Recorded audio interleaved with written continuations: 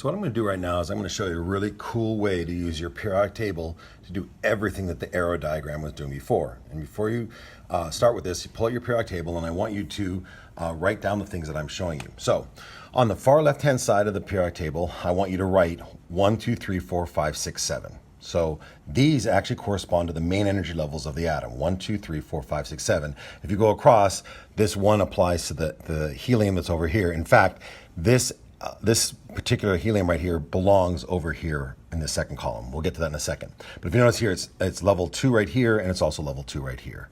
3, 3, 4, 4. It's also really important that right here in the middle that you number 3, 4, 5, 6, and down below you write 4 and 5. So that corresponds to the energy levels that we're going to be talking about in terms of the way we place electrons. The second thing we need to do is we need to talk about the different orbitals that our periodic table indicates. So these first two columns right here, everything from this all the way down and over and back up here, including the helium. So this right here actually belongs over here. All of these are the S block. That means that anything, any number of electrons here, if the third electron in any atom is always going to be in an S-shaped orbital. So whatever these electrons are right here, that's the shaped orbital you're going to be in. Now remember, there are 4 different shaped orbitals. So what's the second shaped orbital? P-shaped orbital. So let's go over here. The P orbitals, they go from right here all the way down to right here and over and up. I got the very terrible pen, and over. So everything in this region right here, these are p orbitals. So everything inside here are, if I'm dealing with the 9th electron in an atom, it's going to be in a p-shaped orbital. So the 4 different shaped orbitals are s, p, d, and f. So if I'm dealing with a d orbital, that whole middle region right here, starting from here, all the way down, all the way over, and across, this is the D block. And then at the very bottom of the periodic table, we have the F block. Now here's where, in just a second, it's become really, really cool. So right now, what I can do is if I were to point to any particular electron, for example, if I pointed at neon, I could look at it and go, all right, neon, the 10th electron in neon is going to be in a second energy level, and it's going to be in a p-shaped orbital. Similarly, I could look over here, and I could go, zirconium. The 40th electron in any atom, it's going to be in the 4th energy level, and it's going to be in a D-shaped orbital.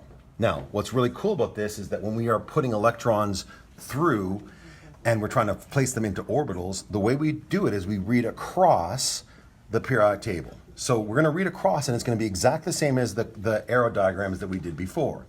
So if I start over here on the left-hand side, we're just going to say what orbitals we see. So right now we have the 1, and this is an s orbital, so we have the 1s. If we go all the way across, this is still part of the 1s, so this would be 1s. 1, 1s2. When we get to the end of the line, we do a typewriter cha-ching, and we go to the next line. The next line is the 2. And if you see here, we have the 2s, 1 and 2. So we're filling the 2s orbital. And if we go across, we hit the 2p orbitals, 1, 2, 3, 4, 5, 6. Go to the next row. 3s, 1 and 2. 3p, 1, 2, 3, 4, 5, 6. 4s, 1 and 2, and here's where it gets really cool. It goes 4s, then 3d, 1, 2, 3, 4, 5, 6, 7, 8, 9, 10, and then back to the 4p, 1, 2, 3, 4, 5, 6. Watch how we can do shorthand notation so much simpler now. So let's take an example of what we did before, and I think what I asked you to do is I asked you to do calcium. So let's say I asked you to do calcium, and I'm going to do calcium right on top so you can see both of them simultaneously. So let's say I wanted to do it for calcium. Now, if I put my finger on calcium right here, calcium, I go backwards to the nearest noble gas that I've passed, and that's argon. So I'm going to write AR. But now instead of having to do math or anything else, what I just do is I go AR, and I go ching, and I go to the next row, and the next row is 4S, and it's 4S1, 4S2. and I'm done. I've just done the shorthand notation. Let's try another one. What if we did, let's do cadmium, CD. So way over here, right? If I look at CD, the nearest noble gas that I've passed is krypton. So I'm going to write Kr and put in parentheses. But now, since I'm just reading my table from left to right, after I hit krypton, I'm going to go ding, and I'm going to go 5s. And since I filled up both these, and since I'm going all the way over to here, we go 5s2, and then we count over 4d, 1, 2, 3, 4, 5, 6, 7, 8, 9, 10, 4d, 10, and we're done. Now, there is one tricky part to the periodic table. I'm going to show this to you right now. And you're not going to like it a ton, but it's how do we deal with the F blocks. So here's how this works. When we're on the fifth energy level, we go 5s2, 4d, 1 through 10. Now, I say 5s2 and then 4d10, unless we're stopping it here. So if I go 5s2 and I want to stop right here, then I go 4d, 1, 2, 3, 4, 5, and I'd stop. Or if I stop right here, I go 5s1 or 5s2. But if I'm passing straight through, I'm just going to say 5s2, 4d10, and then I'm going to go back up. See what it says 5? I'm going to go 5p, 1 through 6, and then I'm going to go 6s. Now here's where it gets kind of kooky. Instead of going directly from 6s to the 5d, instead we drop down and we go to the 4f. So we go 6s, then 4f, all the way 1 through 14, and then we go right back up here to lanthanum. So kind of picture as if this whole piece right here is carroted in between the BA and the LA.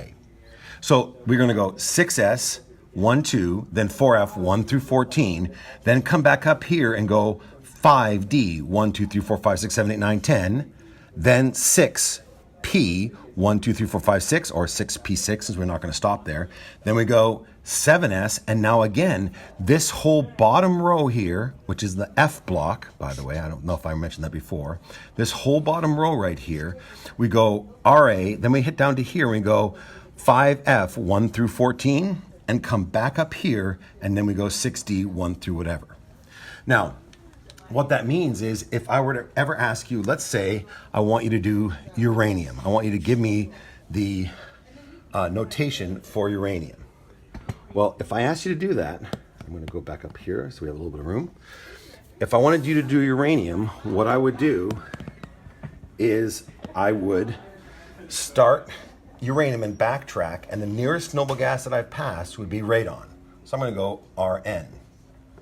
Then I'm going to go Rn and go ding, and that's going to be 7s2 because we're not stopping there. And then I'm going to drop down here, and it's going to be 5f, 1, 2, 3, and I'm going to go 5f3. So hopefully this has helped you to figure out a short way to do all of these notations. Thanks.